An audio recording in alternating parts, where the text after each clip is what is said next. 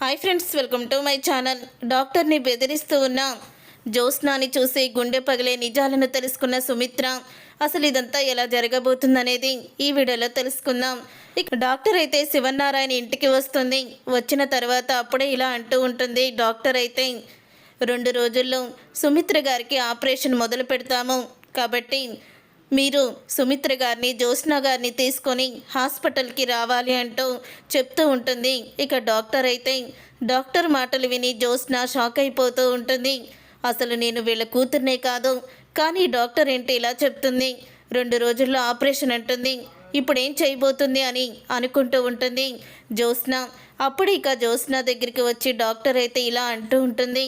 కన్నతల్లి ప్రాణాలని కాపాడుకునే అదృష్టం ఇంకా ఎవరికీ రాదో, ఆవిడ రుణం తీర్చుకోవడానికి ఇది నీకు గొప్ప అవకాశం జ్యోత్స్న, నిజంగా నువ్వు చాలా అదృష్టవంతురాలివే అని అంటూ ఉంటుంది. డాక్టర్ అయితే అవును, మీరు చెప్పింది నిజమే డాక్టర్, కన్నతల్లి రుణం తీర్చుకునే అవకాశం అందరికీ రాదో అని అంటూ ఉంటాడు. కార్తీక్ అయితే దీపని చూస్తూ నిజంగా మీరు ఇలాంటి కూతుర్ని కన్నందుకు మీరు ఎంతో అదృష్టవంతులు, మీ కూతురు మీ ప్రాణాలని కాపాడుతుంది అని చెప్తూ ఉంటుంది. డాక్టర్ అయితే దీపకి జ్యోత్స్నకి మధ్యలో నించొని ఇక దశరథ అయితే చాలా ఆనందపడుతూ ఉంటాడు.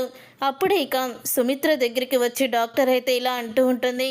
చూడండి సుమిత్ర గారు, మీరు ఎటువంటి డౌటు పెట్టుకోవద్దు, అనుమానం పెట్టుకోవద్దు, మీ కూతురు మళ్ళీ మిమ్మల్ని మామూలు మనిషిని చేస్తుంది, మీరు మళ్ళీ మామూలుగా తిరిగి వస్తారు అని అంటూ ఉంటుంది. ఆ మాట విని సుమిత్ర అయితే ఎప్పుడైతే మీరు శాంపిల్స్ మ్యాచ్ అయ్యాయి అన్నారో అప్పుడే నాలో సగ రోగం తగ్గిపోయింది డాక్టర్, నా కూతురు నన్ను కాపాడుతుందనే ధైర్యం, నేను సంతోషంగా నిద్రపోతున్నాను, ట్యాబ్లెట్లు వేసుకుంటున్నాను అని అంటూ ఉంటుంది సుమిత్ర. మీలో ఆనందం కనపడుతుంది సుమిత్ర గారు. సరే, నేను వెళ్ళొస్తాను, ఈ 2 రోజులు ట్యాబ్లెట్స్ మాత్రం కంటిన్యూగా వేసుకుంటూ ఉండండి అని అంటూ ఉంటే సరే డాక్టర్ అని చెప్తుంది సుమిత్ర. తర్వాత ఇక డాక్టర్ అయితే ఇక వెళ్ళిపోతూ జ్యోత్స్న వైపు చూసి నవ్వుతుంది.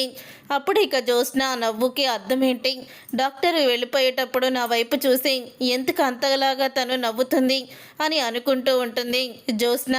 తర్వాత ఇక పారిజాతం కూర్చొని ఆలోచిస్తూ ఉంటుంది. అలా పారిజాతం ఆలోచిస్తూ ఉన్నప్పుడే కార్తీక్ అయితే అక్కడికి వెళ్తాడు. ఏంటి పారు, అత్తకి ఆపరేషన్ అంటే ఆనందపడతావనుకుంటే నీలో ఏదో తెలియని దిగులు కనపడుతుందేంటి, అలా ఉన్నావే అని అడుగుతూ ఉంటాడు. కార్తీక్ అయితే నేనెలా ఉన్నానురా, నేను బాగానే ఉన్నాను కదా అని పారిజాతం అంటూ ఉంటుంది. లేదుగా, నువ్వు ఏదో పోగొట్టుకున్న దానిలాగా ఏదో దిగులు పడుతున్నట్టు నాకు అనిపిస్తుంది అని అంటూ ఉంటే వీడు నా ముఖం చూసి నా మనసులో ఉన్న బాధని ఇట్టే కనిపెట్టేశాడు, అమ్మో వీడు మామూలు వాడు కాదు అని అనుకుంటూ ఉంటుంది పారిజాతం.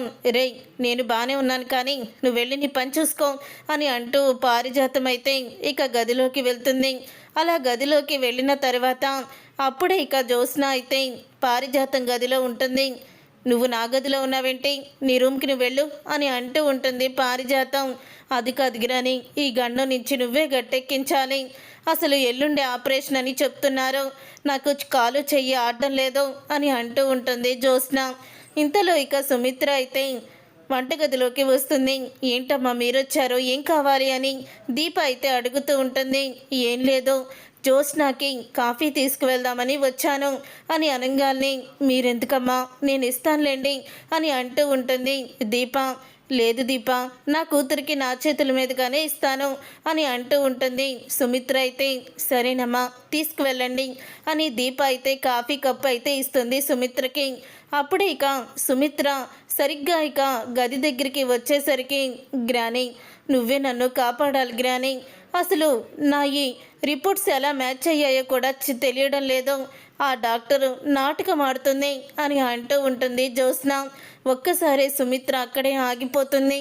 అప్పుడే పారిజాతం, ఒసేయ్ నాకు తెలిసే నువ్వు మళ్ళీ కొత్త నాటకం మొదలు పెట్టావు, నువ్వు సుమిత్ర కూతురువి కాదని చెప్పి నాతో అంటున్నావు, ఆ రిపోర్ట్స్ మ్యాచ్ అయ్యాయని ఆ డాక్టర్ చెప్పింది కదా, ఆవిడేమి డబ్బుకి అమ్ముడుపోయే మనిషి కాదు అని అంటూ ఉంటుంది పారిజాతం. అసలేంటి జ్యోత్స్న ఏం మాట్లాడుతుంది, రిపోర్ట్స్ మ్యాచ్ అయ్యాయని ఎందుకు బాధపడుతుంది, ఏంటి జ్యోత్స్న నా కూతురు కాదా అని షాక్ అయిపోతూ ఉంటుంది. సుమిత్ర అయితే ఇప్పుడే వెళ్తాను, ఆ డాక్టర్ దగ్గరికి వెళ్ళి ఆ డాక్టర్ని నిలదీస్తాను, అసలు రిపోర్ట్స్ ఎందుకు మార్చావని ఇక ముఖం మీద అడిగేస్తాను అని అంటూ ఉంటుంది జ్యోత్స్న. నువ్వెన్ని నాటకాలు వేసినా నిన్ను మాత్రం నేను నమ్మను అని పారిజాతం అంటూ ఉంటుంది. అప్పుడు ఇక సుమిత్ర పక్కకి దాక్కుంటుంది. జ్యోత్స్న బయటికి వచ్చేసరికి అలా పక్కకి దాక్కొని ఇక వెంటనే జ్యోత్స్నాని ఫాలో అవ్వి వెళ్దామని చెప్పి జ్యోత్స్న వెనకాలే వస్తూ ఉంటుంది. జ్యోత్స్న నా కన్న కూతురు కాదా, అసలు ఈ రిపోర్ట్స్ మ్యాచ్ అయ్యాయని డాక్టర్ అబద్ధం చెప్పిందని అంటుందేంటి, అసలు ఏం జరుగుతుందో తెలియడం లేదు అని అనుకుంటూ ఉంటుంది సుమిత్ర. తర్వాత ఇక జ్యోత్స్న అయితే డాక్టర్ ఇంటికైతే వెళ్తుంది. అలా డాక్టర్ ఇంటికి వెళ్ళిన తర్వాత అప్పుడే ఇక అడుగుతూ ఉంటుంది డాక్టర్ అయితే, ఏంటి ఏదైనా డౌట్ ఉంటే హాస్పిటల్కి రావాలి కానీ ఇంటికి ఎందుకు వచ్చావో అని అడుగుతూ ఉంటుంది డాక్టర్. అప్పుడే ఇక జ్యోత్స్న అయితే హాస్పిటల్లో నా ప్రశ్నలకి మీరు సమాధానం చెప్పడం లేదు, అందుకని ఇంటికి వచ్చి అడుగుదామని వచ్చాను. చెప్పండి, రిపోర్ట్స్ ఎవరు మార్చమన్నారు, మా బావ మార్చమన్నాడా, లేకపోతే నేను అసలు సుమిత్ర కూతుర్నే కానప్పుడు ఎందుకు రిపోర్ట్స్ మ్యాచ్ అవుతాయి అని అంటూ ఉంటుంది జ్యోత్స్న. ఒక్కసారి సుమిత్ర ఫాలో అవుతూ వచ్చి ఆ మాటలు విని షాక్ అయిపోతూ ఉంటుంది.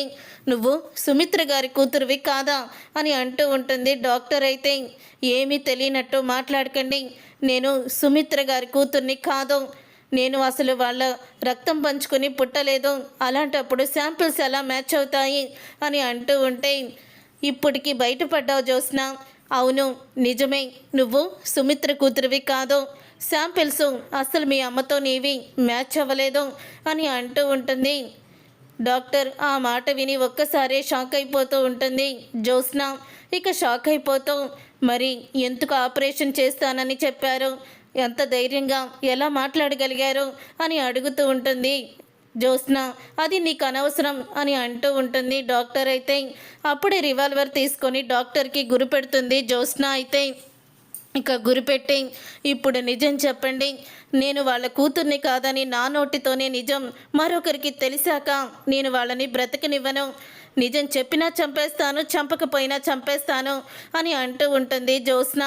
అప్పుడు ఇక డాక్టర్ అయితే, నిజం చెప్పమంటావా, చెప్తాను విను, దీపే సుమిత్ర దశరథుల గారి కూతురు, దీపే వాళ్ళమ్మ ప్రాణాల్ని కాపాడుతుంది, నీ టైము స్టార్ట్ అయిపోయింది జ్యోత్స్న, నీకు క్లైమాక్స్ వచ్చేసింది, ఇప్పుడు నువ్వు నన్ను ఏమీ చెయ్యలేవు, ఎందుకంటే ఆల్రెడీ నువ్వు ఇక్కడికి వచ్చేటప్పుడే నేను పోలీసులకి ఎమర్జెన్సీ కాల్ చేసి నన్ను రక్షించండి అని మెసేజ్ పెట్టాను, నువ్వు రావడం ఇంటి చుట్టూ ఉన్న సీసీ కెమెరాలో పడుతుంది అని అంటూ డాక్టర్ అయితే బెదిరిస్తుంది.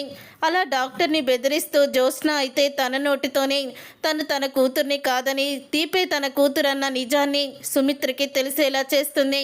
చూసారుగా ఫ్రెండ్స్, జ్యోత్స్న తన కన్న కూతురు కాదు, దీపే తన కన్న కూతురని నిజం తెలుసుకున్న సుమిత్ర ఏం చేయబోతుంది, అసలు ఏం జరగబోతుంది అనేది రాబోయే కథలో తెలుసుకుందాం. ఈ వీడియో మీకు నచ్చితే తప్పకుండా లైక్ చేసి ఈ ఛానల్ని సబ్స్క్రైబ్ చేసుకొని పక్కనే ఉన్న గంట సింబల్పై ఆల్ అని క్లిక్ చేయండి. అప్పుడే మేము పెట్టే ప్రతి వీడియో మీరు మిస్ కాకుండా చూసేవచ్చు.